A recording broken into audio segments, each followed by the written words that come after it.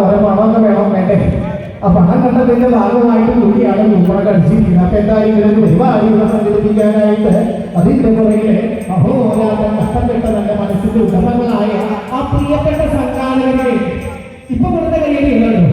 തൃശ്ശൂർ പൂരത്തിന്റെ അല്ലെങ്കിൽ എന്താ പറയുക, നമ്മുടെ തൃശ്ശൂർ പള്ളിയിലെ ആ പെട്ടിക്കെട്ട് പോലെ ഒരു പെട്ടിക്കെട്ട് കയ്യിലുള്ള ഈ സംഘാടകയിൽ നന്ദിയുടെ സൂചകമായിട്ടൊന്ന് കൊടുത്തു എല്ലാവരും ചേർന്ന്.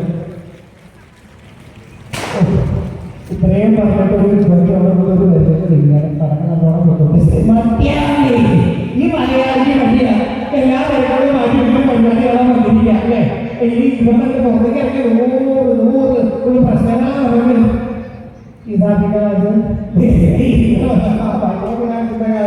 ദൈവം അവിടെ കൊടുക്കാനും ഇവിടെ കൊടുക്കാനും ഓരോ പ്രശ്നങ്ങളാണ്. ആ പ്രശ്നങ്ങളെയൊക്കെ നമ്മൾ മാറ്റി വെച്ചുകൊണ്ട് നമ്മൾ ഈ സർവേശ്വരത്തെ തിരുനദിയിലെ വന്നിരിക്കുകയാണ്.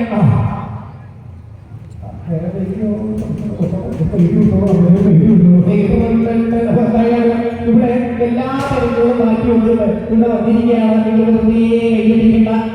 ഒരു മനുഷ്യൻ ഒരു ദിവസത്തില് 30 പ്രാവശ്യം, എത്ര പ്രാവശ്യം?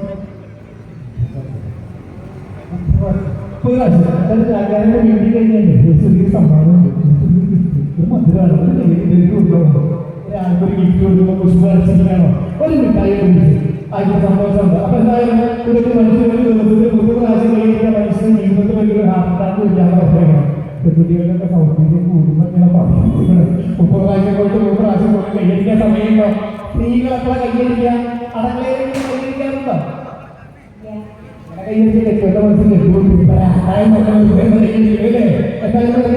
മൂന്നല്ല 30 ഈ ജീവിതകാലം മുഴുവൻ ഒരു അസുഖം വരാതിരിക്കാനുള്ള അവസരം കൂടിയാണ് ഈ പെരുന്നാളുകൾ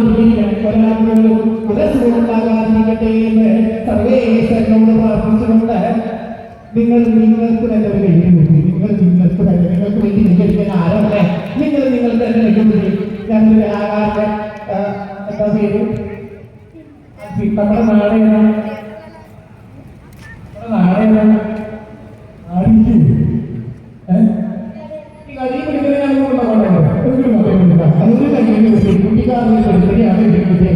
എന്തായാലും പുറകെ നിൽക്കുന്ന ആളുകൾക്ക് കാണാൻ പറ്റുണ്ടാവില്ല. അപ്പൊ ഞാൻ ഈ കുട്ടീനെ കൊണ്ട് ഇതിലേക്കൊന്ന് വരികയാണ്. ഇനിയുടെ ഗംഭീരമായ പരിപാടികൾ കഴിയുന്നത് ഒരുങ്ങിയിരിക്കുകയാണ്. എന്തായാലും കുട്ടിക്കാട്ടിൽ നിന്ന് കിട്ടിയ പറ്റിക്കപ്പെട്ട എന്താ പേര്? എത്രയെല്ലാം പഠിക്കണേ? 4. പഠിക്കാൻ ഏറ്റവും ബുദ്ധിമുട്ടുള്ള വിഷയം ഏതാണ്? ഏറ്റവും മാർഗമുള്ള സബ്ജക്റ്റ്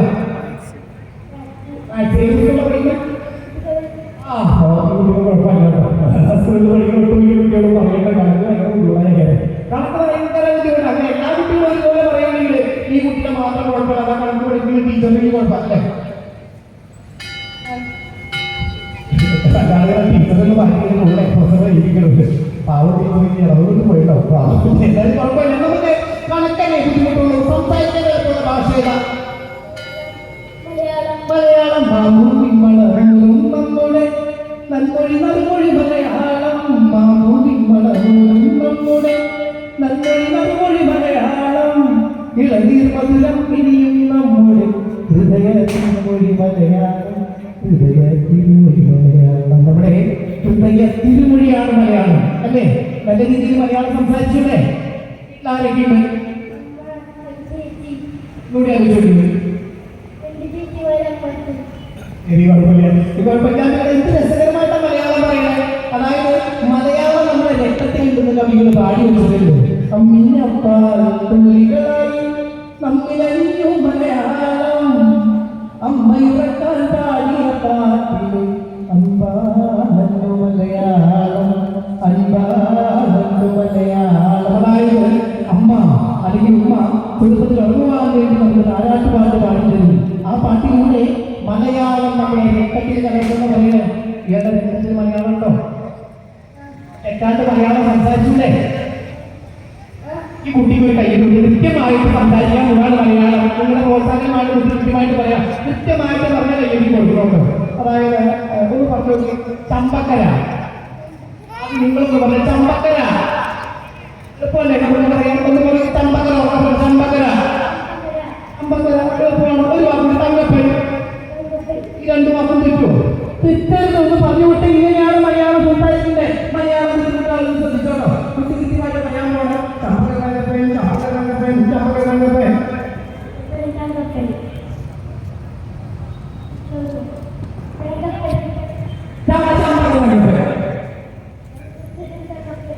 കുഴപ്പമില്ല. ഒരു കയ്യിൽ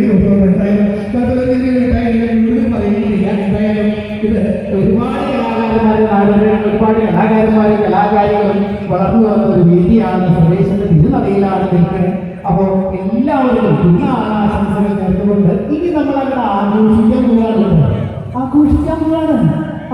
പാട്ടും ഡാൻസും ഒക്കെ ആയിട്ട് നമ്മൾ വിശ്വസിക്കുന്ന വ്യത്യസ്തമാർന്ന പരിപാടികളാണ്. അതിന് മുൻപായിട്ട് നമ്മുടെ സംഘാടകർ പറഞ്ഞിരിക്കുകയാണ്. ചേട്ടനൊക്കെ പറഞ്ഞു, ചേട്ടനൊക്കെ പറയുണ്ടായി